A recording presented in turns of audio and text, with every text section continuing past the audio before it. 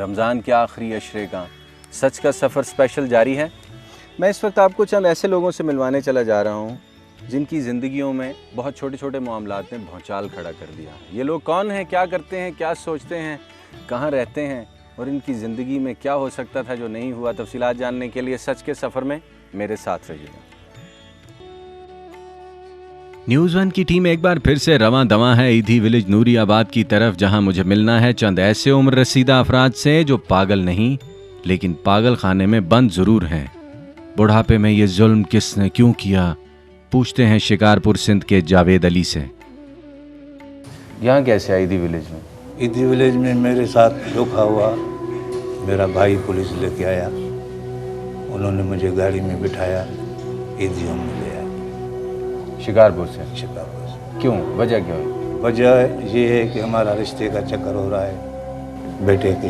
वो बट्टे सट्टे की शादी करना चाहता है, मैं वो वहाँ नहीं देना चाहता। तो इसमें आपको लावारिस करार दे देना और इस तरह से फेंक देना, ये क्या है तरीका? ये उनका केस किसने इसके साथ हेल्प की। न मैं नशा करता हूँ, न मैं मेंटल हूँ।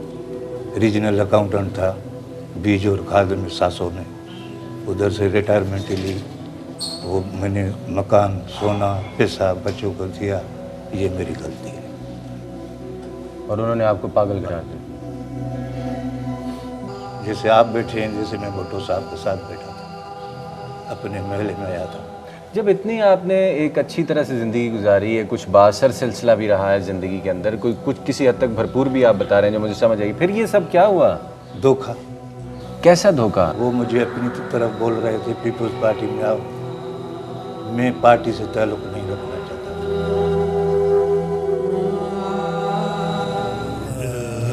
बट्टे सट्टे की शादी और सियासी वाबस्तगी ऐसी रंग लाई कि बूढ़ा जावेद अली जहनी मरीज करार दे दिया गया और इसके अहले खाना ने उसे ऐसा धुतकारा कि ज़िंदगी में आज तक ना तो ये संभल सका और ना ही इसे इस पागल खाने से निजात मिल सकी। आज बुढ़ापा दीवार से जा लगा है और ये कोठड़ी कुल हयात है। आपको ईदी होम में दाखिल करवाने का जो रीज़न था वो आपका ज़हनी माजूर होना बताया गया? हाँ, पहले बताया कि सिर्फ भंग और गोलियां खाता है, ठीक। फिर आगे चलकर कि ये मेंटल है, रोता भी है, हंसता भी है, हमें गालियां भी देता है। उसके बाद इधर तीसरा उनका हुआ इंटरव्यू। ये आपके बेटों ने किया? बेटों। बेगम साहिबा का क्या? बेगम साहबा को बुलाया गया इधर, डॉक्टर साहब ने आर्डर दिया, मेरे फाइल पे लगा हुआ है, मगर उसकी तामील नहीं हुई, उसके सामने बुलाया नहीं गया। अकेले में इंटरव्यू लिया गया और वहीं से गेट से भगा दिया। कितने अरसे से आप अपने बीवी बच्चों से मिले ही नहीं हैं? 30/11/2010। अब आगे क्या चाहते हैं, क्या होना चाहिए? इतने लोग आपको सुनते हैं, ये तो एक देखिए ना अजीब बात है कि ज़हनी माजूर जो लोग हैं उनके वार्ड में हैं और आप नॉर्मल हैं। किसको पुकारें? नहीं, जो इतने सारे सुन रहे हैं आपको, उनको पुकारें। अल्लाह के सिवा हमारा कोई नहीं।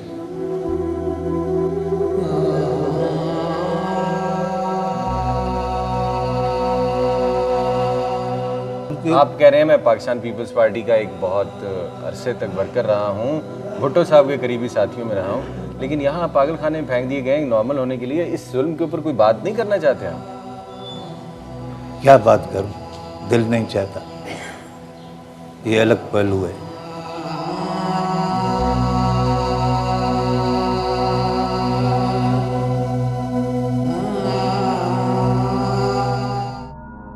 भाइयों और औलाद के हाथों सताया जाने वाला ये बूढ़ा शख्स भी इस पागल खाने में जिंदगी के लिए सिसक रहा है। ज़हनी हालत इस कदर हरगिज खराब नहीं कि दीवाना करार दे दिया जाता, लेकिन मुआशरे की बेहिसी को जरा महसूस कीजिए। अरे मजबूरी है, दिल को खुशियाँ देते हैं। इन सब के साथ बातचीत है आपकी? बातचीत करते हैं, भाईजान बाबा जी खाना खा लेते हैं, पूछ लेते हैं, भले इनको इज्जत देवे। जो आपके रिश्तेदार हयात हैं इस वक्त, वो आते हैं मिलने? नहीं नहीं जी, कोई नहीं है रिश्तेदार खून वाला, कोई नहीं है। ये खून वाला बने हुए अड़ोस पड़ोस, बाकी सब खत्म हो गए। ये अपने बहन भाइयों से मिटे।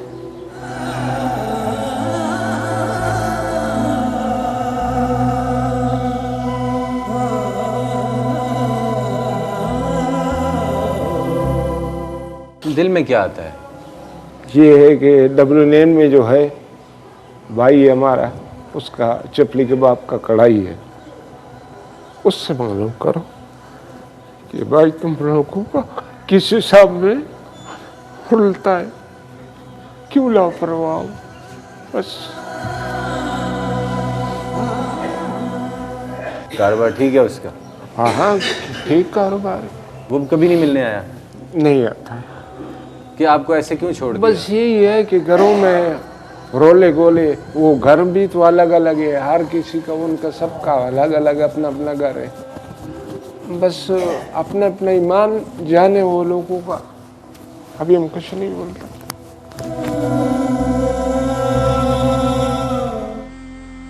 न्यू कराची के शहाबुद्दीन, जो पेशे के एतबार से तो सन्यासी बाबा थे, लेकिन आजकल पागल खाने में बंद हैं। भरपूर जिंदगी गुजारने वाले इस उम्र रसीदा शख्स पर ऐसी क्या बिप्तान पड़ी है जो पागल खाना इसका मुकद्दर बना? पूछते हैं। यहाँ ऐसे पहुँचा जी कि मैं खुद आया हूँ और मैं दवाइयाँ बनाता था ना, तो कैप्सूल में अफीम डालता हूँ। अफीम काम आती है, बच्चों को भी मासूमों को खिलाई जाती है जी, सुकून के लिए। तो ये अंबर, मुश्क, जाफरान और अफीम, इसके इन 4 चीज़ों को मिलाकर मैं कैप्सूल बेचता था। तो ये मैं मुंह में हाथ चूसता था, तो वो नशा मुझे चिपकता रहा, तो मैं अफीमी बन गया। बेगम साहिबा कहाँ हैं? बच्चे कहाँ हैं? बाकी फैमिली कहाँ है? वो बेगम साहिबा तो मैंने तलाक दे दी थी जवानी में, 25 साल हो गए। कोई ऐसी उससे गलती हुई कि मैं नहीं चाहता हूँ। बच्चे? लड़के तो हैं नहीं जी, बस एक बच्ची है, वो भी अलग है और उसी माँ के साथ है जिसको तलाक दी। आप अकेले हैं दुनिया? मैं अकेला हूँ। दूसरी की अहमदपुर शिरकिया से शादी की, लेकिन वो मर गई। हैदराबाद के मोहम्मद रफ़ी, जो माजी करीब में अच्छे खासे कारोबारी शख्स थे, लेकिन बीवी के इंतकाल और एक रोड साइड एक्सीडेंट के बाद दुनिया में तन्हा होकर रह गए। आजकल हैं तो ठीक, लेकिन पागल खाने में बंद हैं। शटरिंग का काम करता था, वहाँ से गिर गया था 18 फुट की हाइट से। मेरा खून का दौरान रुक गया, मेरा वजूद सुन्न हो गया। तो हमने बोला हमारा तो और है कोई नहीं सिवाय खुदा के। हम फिर यहाँ आए था। तो यहाँ इधी विलेज में कितने अरसे से? कम से कम मेरे को 20वां साल हो गया। 20 साल। ज़हनी हालत क्या है? ज़हनी हालत मेरी बिल्कुल सही है। तो फिर आप ज़हनी माजूरों के क्या करें, मजबूर हो गए ना। पूरा वजूद मेरा सुन्न है, हाथ पैर मेरे काम नहीं करते। मैं कहाँ जाऊँगा इस हालात। अब भीख मांगने से हम रहे। तो ख़ानदान का कोई फ़र्द बचा है? नहीं जी, कोई ख़ानदान का नहीं है तो कोई इंडिया में है, यहाँ कोई। तो इलाज नहीं करवाया आप? इलाज बहुत करवाया है, बाहर तंग आ गया था, बाहर इतना हो गया था मरने जैसा हो गया था। 3 साल बेड पे पड़ रहा हूँ मैं, मेरा हाथ पैर नहीं हिलता था।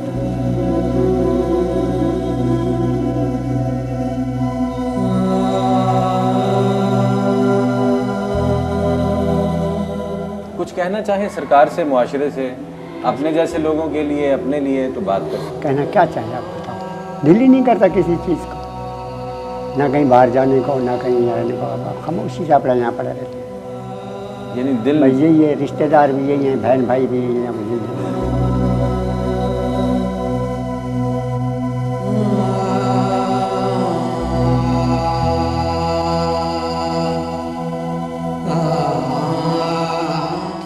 अमीन मेमन ज़हनी माजूरों और खुद से बेनियाज लोगों की बीच जिंदगी के दिन क्यों काट रहे हैं? बाकी कहानी अमीन मेमन की जुबानी। हमारा ख़ानदान कराची। बीवी बच्चे? बीवी क्यों शादी नहीं की? क्यों? वजह ये कि बस आपसे क्या झूठ बोलूं भाईजान। वालिदा हमारी बचपन में जल के मर गई। वालिद साहब को कैंसर की बीमारी थी। रात के 4 बजे पैर हाथ दबाते दबाते चले गए। तेला भाई सब खा गया। सदर के अंदर मेट्रो हाउस दुकान थी, जो माँ को देखा जलते, सब कुछ किया। छोटे भाई की भी खिदमत की, हाथ जल गया था। तो उसने 8 दिन अस्पताल में रखा। कहने का अब तुम्हारे को बड़े अस्पताल में ले आता हूँ, यहाँ ला के बंद करा। बुरा नहीं लगाइएगा, जैसे महंगाई बढ़ गई है ऐसे ही खून सफ़ेद हो गया है।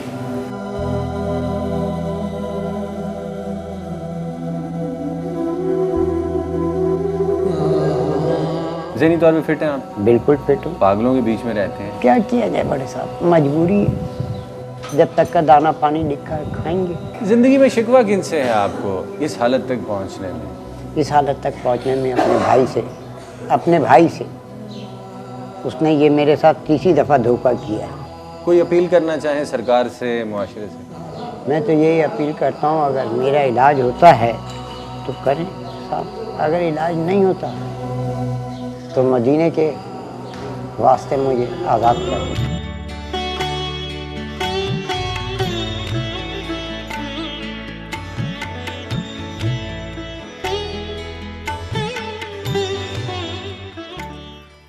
रमज़ानुल मुबारक के आखिरी अशरे का सच का सफ़र स्पेशल जारी है। सुबह सिंध में हमने पिछले चंद दिनों में बच्चों के बहुत सारे प्रोग्राम्स ऐसे एड्रेस किए जिनमें वो भागे हुए बच्चे जो इस वक्त ज़िंदगियाँ सड़क पर गुजार रहे हैं, कोई भीख मांग रहा है, तालीम, सेहत, रोज़गार और ज़िंदगी की तमाम बुनियादी सहूलियात से दूर है, माँ बाप का साथ नहीं है, उन्होंने पैदा करके ना जाने कहाँ फेंक दिए। ये तफसीलात आप सच के सफ़र में कई हफ्तों से सुन रहे हैं। लेकिन सवाल ये पैदा होता है कि ये नशई बच्चे जो 7-8 साल की उम्र में हेरोइन पीना शुरू कर देते हैं और हमारे मुआशरे में ये सब कुछ हो रहा है, हम इन्हें क्यों नहीं रोक पा रहे? सरकार कहाँ है?